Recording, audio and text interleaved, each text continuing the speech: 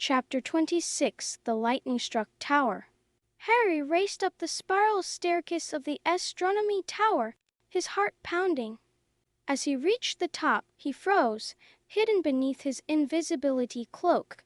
The scene before him was one of nightmarish proportions. Dumbledore stood against the ramparts, looking weaker than Harry had ever seen him. Across from him, Draco Malfoy pointed his wand at the headmaster, his hand shaking visibly. "Draco, you are not a killer," Dumbledore said calmly. "How do you know?" Malfoy shot back, his voice cracking. "You don't know what I'm capable of." As they spoke, Harry realized with horror that he couldn't move. Dumbledore had silently immobilized him. He could only watch as the confrontation unfolded. Malfoy revealed his plan. He had mended the vanishing cabinet, creating a passage for Death Eaters to enter Hogwarts. But when it came to the final act, killing Dumbledore, his resolve faltered. Suddenly, more Death Eaters burst onto the scene, including the werewolf Fenrir Greyback. The situation grew increasingly tense until Snape arrived. "Severus, please," Dumbledore pleaded. For a moment, Snape's face was illuminated by the green glow of the dark mark hovering over the tower. His black eyes were unfathomable as he raised his wand. "Avada Kedavra!" A jet of green light shot from Snape's wand, striking Dumbledore squarely in the chest. For a split second, Dumbledore seemed to hang, suspended beneath the glittering skull in the sky. Then slowly, like a great rag doll, he fell backwards over the battlements and out of sight. Harry felt as if he too were falling. It couldn't be real. Dumbledore could not be dead. As the Death Eaters fled with Snape, dragging Malfoy behind him, the spell holding Harry broke. Filled with a fury he had never known, Harry gave chase, determined to make Snape pay for his betrayal. Chapter 27 The Flight of the Prince. Harry tore after Snape, his mind reeling with shock and rage. He raced through the chaos-filled corridors of Hogwarts, dodging spells and leaping over fallen suits of armor. "Stupefy!" Harry yelled, aiming his wand at Snape's back, but the spell missed.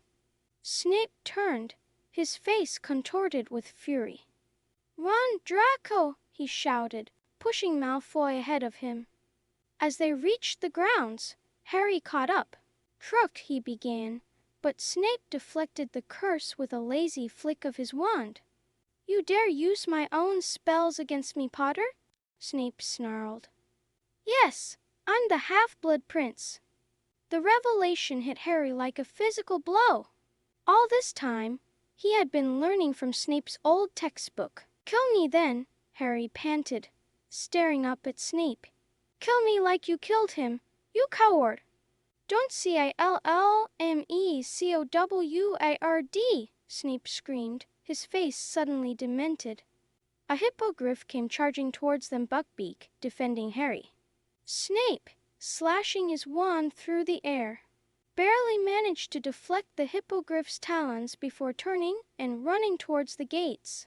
Harry tried to give chase, but Buckbeak's fierce protection prevented him from following. He watched, helpless and furious, as Snape disappeared into the night with Malfoy. Returning to the castle, Harry found the corridors filled with stunned students and staff. The reality of what had happened began to sink in. Dumbledore was gone, and Hogwarts had been breached. In the hospital wing, he found his friends. Bill Weasley had been savagely attacked by Fenrir Greyback, his face now horribly scared. As Fleur Delacour fussed over her fiancé, reaffirming her love despite his injuries, Harry felt a surge of emotion. His eyes met Ginny's across the room, and in that moment, he knew what he had to do. To protect her, to protect all of them, he would have to face Voldemort alone. As the night wore on and plans were made to send students home, Harry stood by the window, looking out at the grounds where Dumbledore had fallen. The war had truly begun, and he knew that nothing would ever be the same again.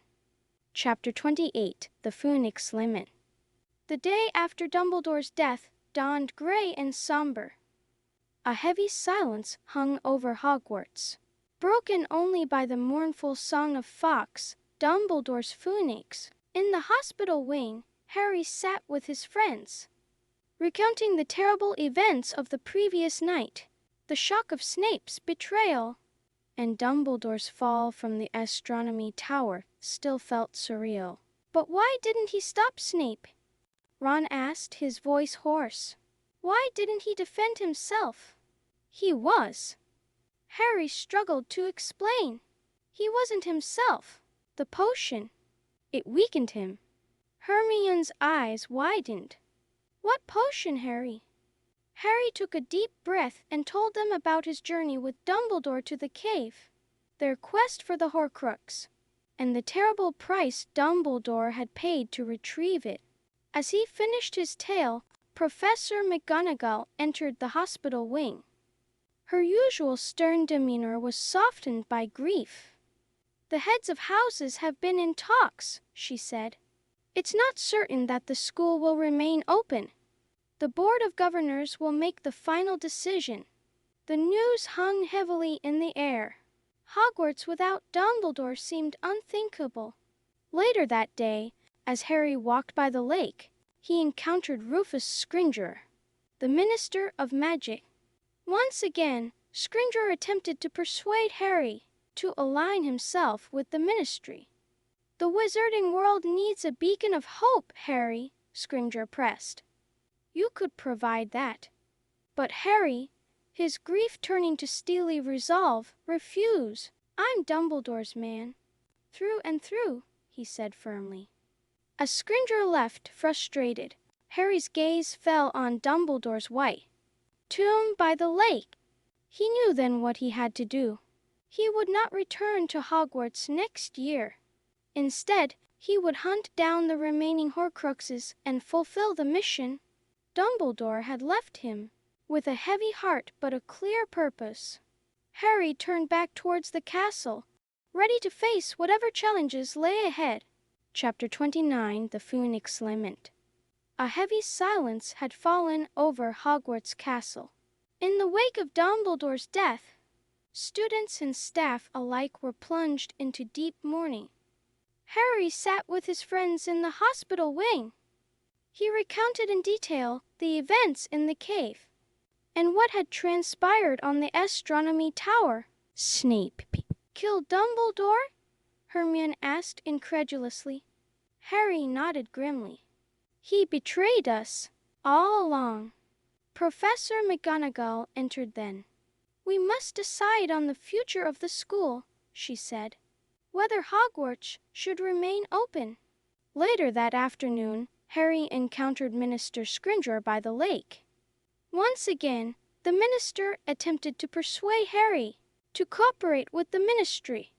I'm Dumbledore's man, Harry said firmly. Through and through. As the day wore on, Harry made a momentous decision about his own future. He knew he had to complete Dumbledore's mission of finding and destroying the Horcruxes. It would be a dangerous journey, but Harry was prepared. The Fix Lament echoed across the grounds, a haunting reminder of all they had lost and the challenges that lay ahead. Chapter 30 The White Tome.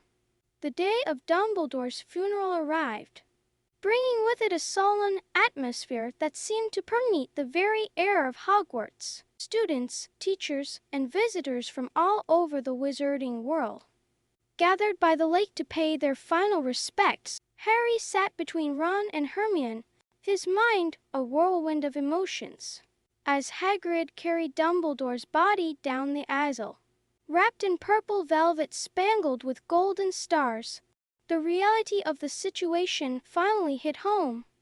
Dumbledore was truly gone. The ceremony was beautiful and haunting.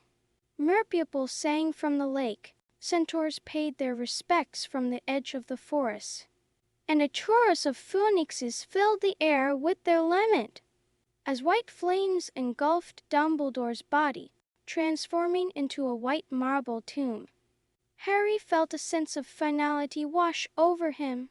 After the ceremony, Harry found a quiet moment alone with Ron and Hermione. With a heavy heart but unwavering determination, he shared his decision. "I'm not coming back to Hogwarts next year," he said. "I've got to finish what Dumbledore started. I've got to find the rest of the Horcruxes." Ron and Hermione exchanged glances before Ron spoke up. "We'll be there, mate. Every step of the way." Despite Harry's protests, his friends were adamant. They would face this challenge together, as they always had. As the trio looked out over the lake, the future loomed before them, uncertain and fraught with danger. But in that moment, surrounded by the warmth of friendship and the memory of Dumbledore's guidance, Harry felt a flicker of hope. The battle against Voldemort was far from over. But Harry knew that with his friends by his side, and Dumbledore's lessons in his heart, he had a fighting chance. As the sun began to set on Hogwarts, casting a golden glow over the grounds, Harry, Ron, and Hermione stood united, ready to face whatever challenges lay ahead in their quests to defeat the Dark Lord once and for all.